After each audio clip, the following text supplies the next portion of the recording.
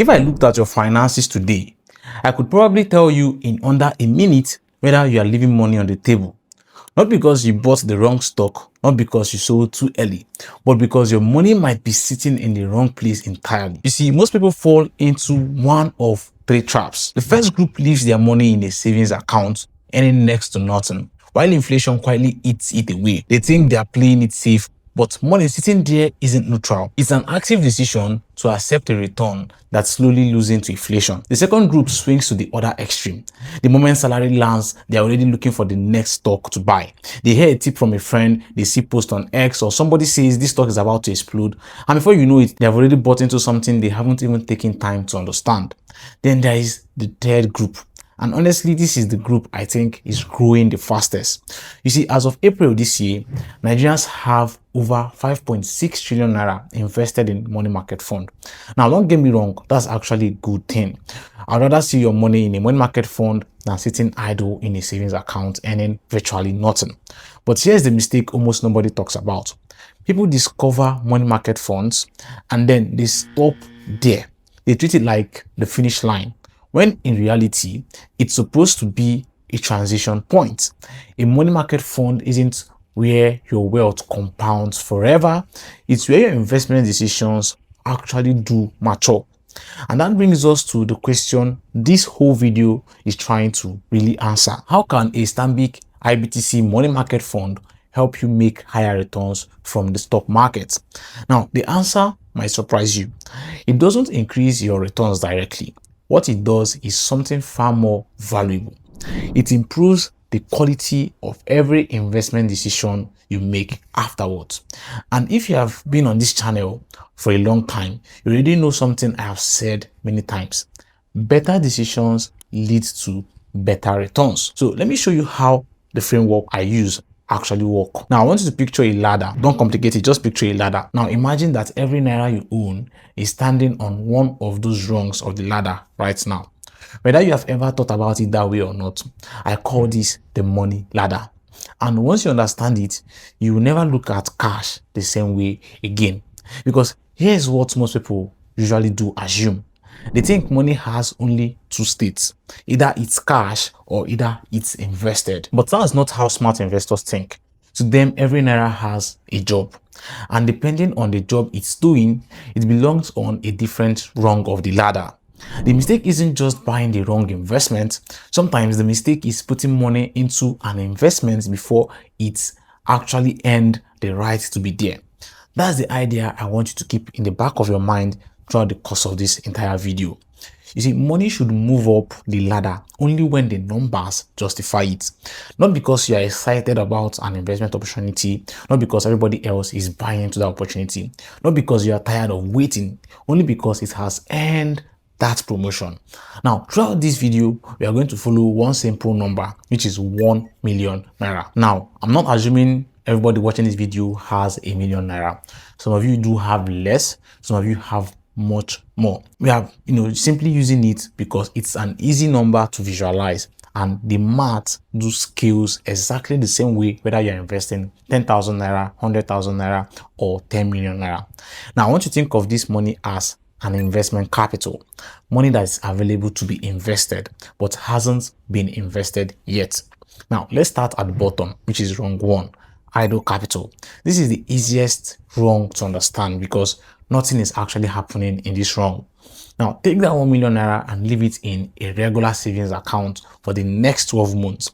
When you check your balance a year later, it still says 1 million naira. Yeah? At first glance, nothing looks wrong. I mean, nobody stole your money. Your balance didn't go backwards. Everything feels quite fine. But that's exactly what makes this wrong so dangerous, because your bank statement only tells you how many naira you have. It doesn't tell you what those naira can actually buy.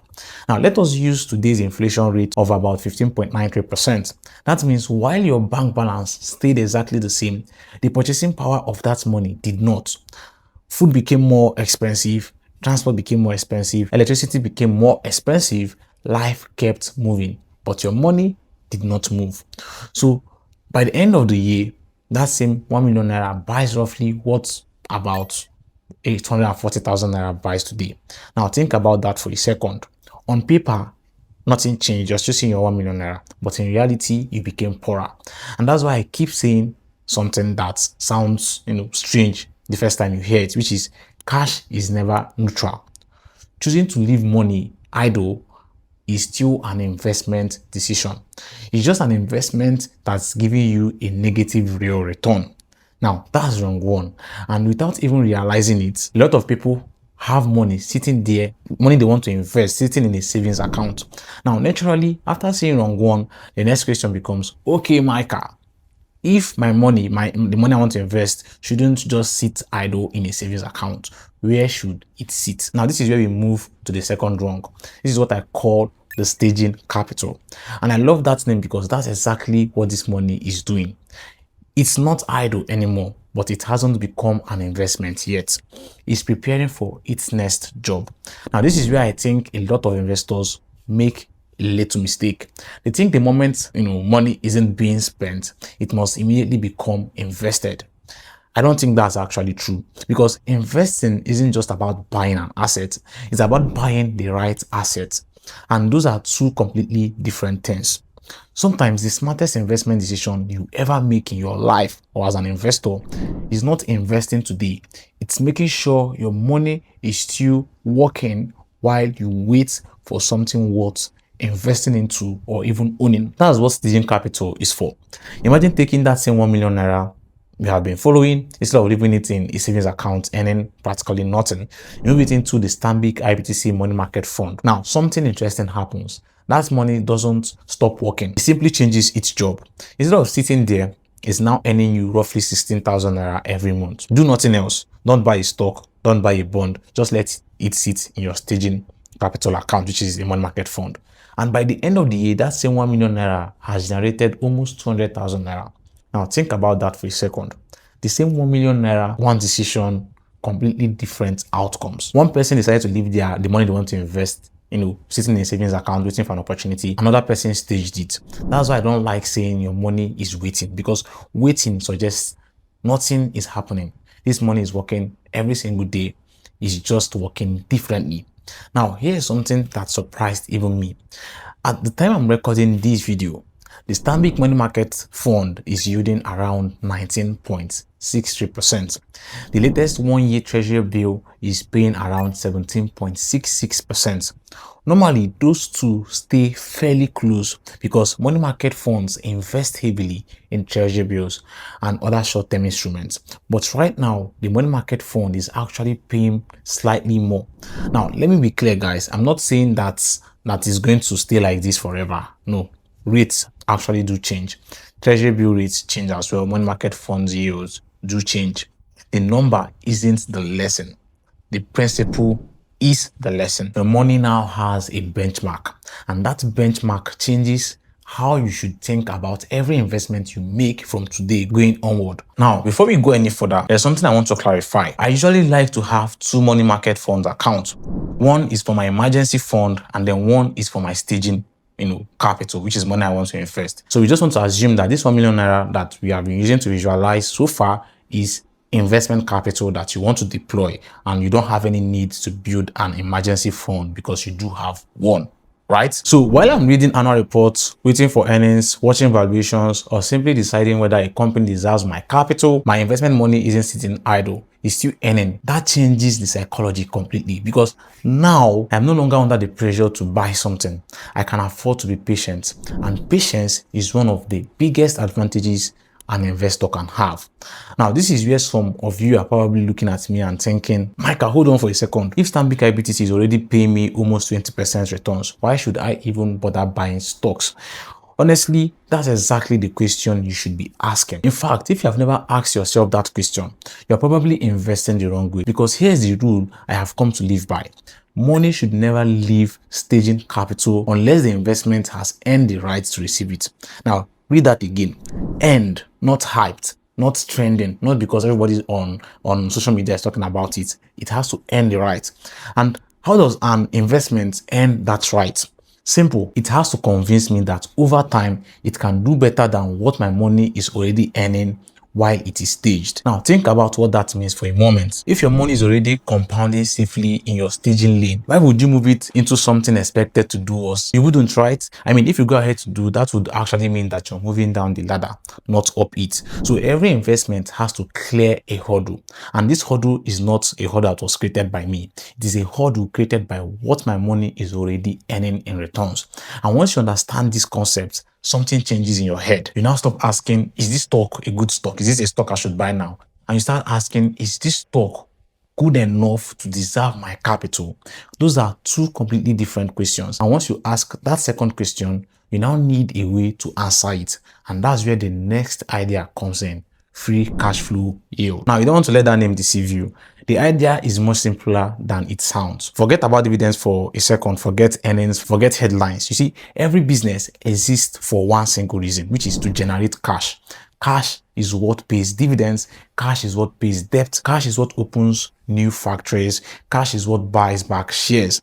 Eventually, everything comes back to cash. So instead of asking, how much dividend is this company paying, I prefer asking, how much cash is this business producing compared to what it is worth today?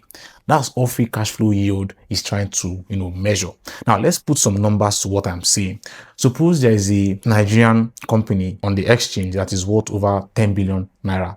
After paying their salaries, buying raw materials, maintaining its factories, and paying taxes, and spending what it needs to keep growing as a business, it finishes the year with, let's say, 1.5 billion naira left over in actual cash, which is their free cash flow. That's money management can, reinvest. They can use it to reduce their debt, keep it as a buffer, or eventually return it to shareholders as dividends. Now, I want you to now divide this cash of 1.5 billion naira by the company's worth of 10 billion naira valuation, and that gives you a 15% free cash flow yield. Now, bring your own 1 million naira back into the picture. Your money is sitting comfortably in your staging lane. It's already earning a return. So the first question becomes, does this company generate enough cash today to justify moving my money from the staging lane into this example? I mean, the answer is probably not, right?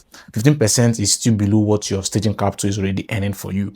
And this is exactly where a lot of investors now go ahead to make a mistake. They now think that this is the end of the analysis, but that's not the end of the analysis, because investing isn't about buying today's cash flows. It's about buying future cash flows of the business. You see, there are some fantastic businesses that won't pass this first test today, but they might still deserve your money. Why, you may ask? Because today's cash generation isn't the whole story of the business.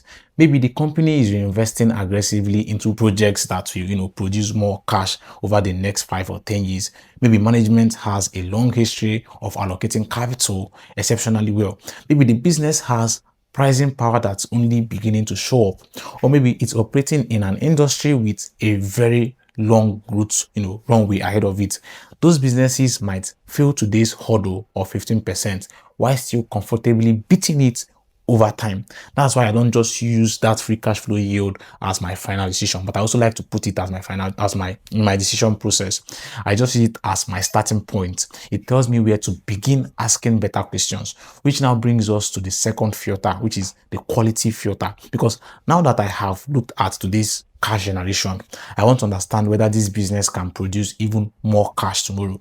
Now, this is where I start asking questions like, does this business earn high returns on capital? Is accounting profit actually turning into real cash for the business? Does it have pricing power? Can management reinvest capital at attractive rates? Do I trust the people running the business? You see, this second step isn't about finding a perfect company. It's about finding evidence that the business can create more value in the future than it is creating today. And that's an important distinction, because if today's numbers don't beat your staging returns, then tomorrow's numbers need a very good reason to beat it. I mean, I need to see the evidence, and that's what earns your money. Once a business passes both of those filters, sometimes it could fail the first one and then pass the second one, I mean, I can still go ahead to invest. And like I said, today's cash generation and tomorrow's ability to grow it is an important thing to consider. Then and only then can my capital move from the staging lane into the stock opportunity. Now, if you have followed me all the way to this point, you might have noticed something. this video was never really about the Stanbic IBTC money market fund particularly. It was about what your money should be doing in the staging lane using Stanbic before it becomes an actual investment, because somewhere along the line we have been taught that investing means your money should always be invested. If it's sitting in cash, then somehow you are falling behind, and like I said, that's not the case. I think there is a huge difference between idle cash and intentional cash. Idle cash has no job. It's just sitting there slowly losing value while you tell yourself you are being careful and risk averse. Intentional cash is different. Intentional cash already knows where it is going. It just refuses to leave until something genuinely better comes along. And that's what your staging lane is all about. It's not a comfort zone, it's a filter. Every opportunity has to walk through it before it gets your money. And if it can't beat what your money is already earning, why should your money leave? That one question has saved me from making a lot of bad investment decisions, especially in the stock market, because the truth is the market will always give you something to invest or to buy. Every week there is a new story, a new IPO, a new recommendation, a stock that's about to explode. You just want to think through it carefully before you deploy your money into that opportunity. So guys, let me leave you with one question. Looking at your own finances today, if you had to place your investment capital on the money ladder, which rung would it be on? Is it still sitting idle? Is it in your staging lane? Or is it already deployed into businesses that have genuinely earned the right to receive it? I would love to know in the comment section. Let me know, guys. And if this video helped you see investing from a whole different perspective and angle, then you're going to enjoy this channel so much. I mean, I have a lot of value-packed videos. So you want to subscribe to the channel, turn on the notification bell, go to the channel and watch all those videos. And as well, smash the like button and share this video to someone you think will find value in it. And there's a link in the description and pinned comment to join my WhatsApp channel. That's where I share real-time market updates, what's going on in my head, opportunities, and all the amazing stuff around finance. And until next time, my colleagues, you want to stay sharp, stay safe, and invest wisely. Day one.